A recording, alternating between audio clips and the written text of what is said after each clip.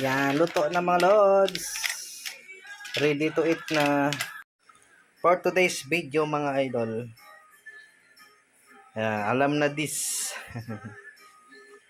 Magluluto tayo ng crab butter garlic, no?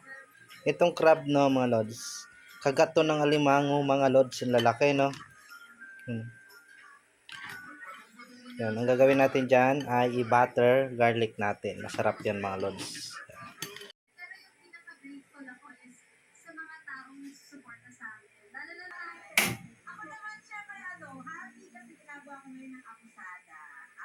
Prime yan, abangan nyo. Alright! So, abangan namin yan.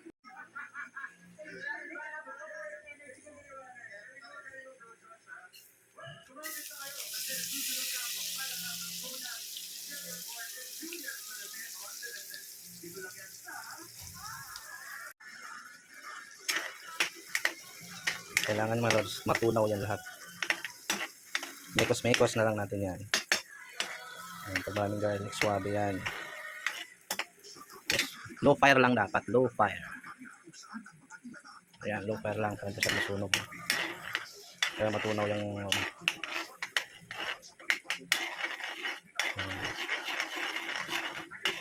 natuto ako dito mga lods, no? Sa pagluto dahil dun sa kapatid ko, chef yun eh. Shout out kay Joe Peter Karuhano, kay Joe Vlog TV, no? Shout out, chef yun mga lods. Doon ako natuto sa pagluluto ng garlic butter, no? Lagyan natin yung bawang. Ang daming bawang na. Then mikos-mikos ulit.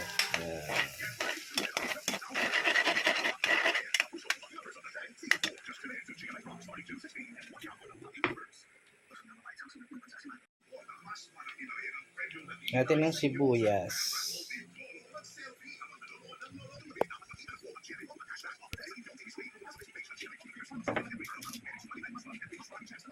Mikos-mikos din.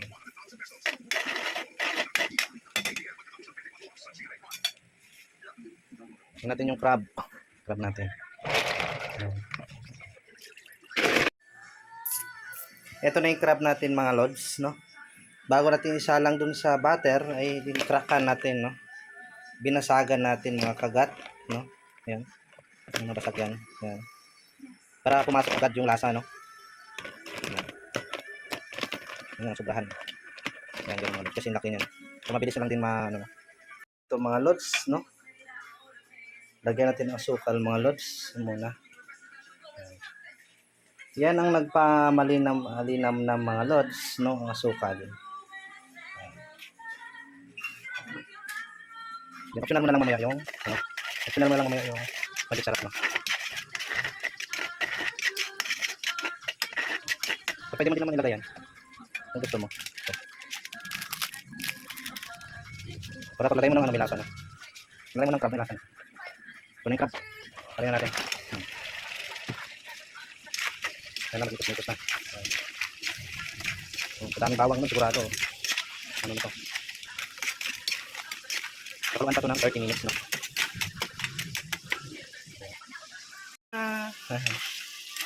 Ayan na mga idol, no? Butter garlic, no? Kagat ng alimango, yan.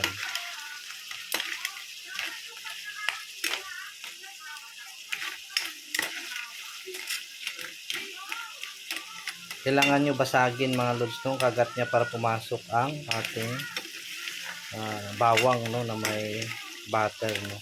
Pag hindi yan, hindi yan papasok dun. So, kailangan basagan nyo talaga. Yan mga lods, hindi pa yan tapos mga lods, no? Lagyan natin yan na twist, ba twist? Sprite. Lagyan natin ng Sprite mga lods. Pag kumunti na lang yung tubig mga lods, ibig sabihin okay na yan. Yan, luto na mga lods. Ready to eat na.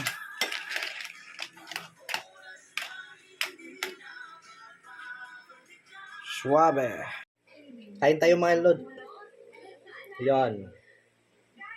Yan ang laman ng kagat ng alimango, dapat lagyan nyo yan ng maraming bawang sa taas bago kainin.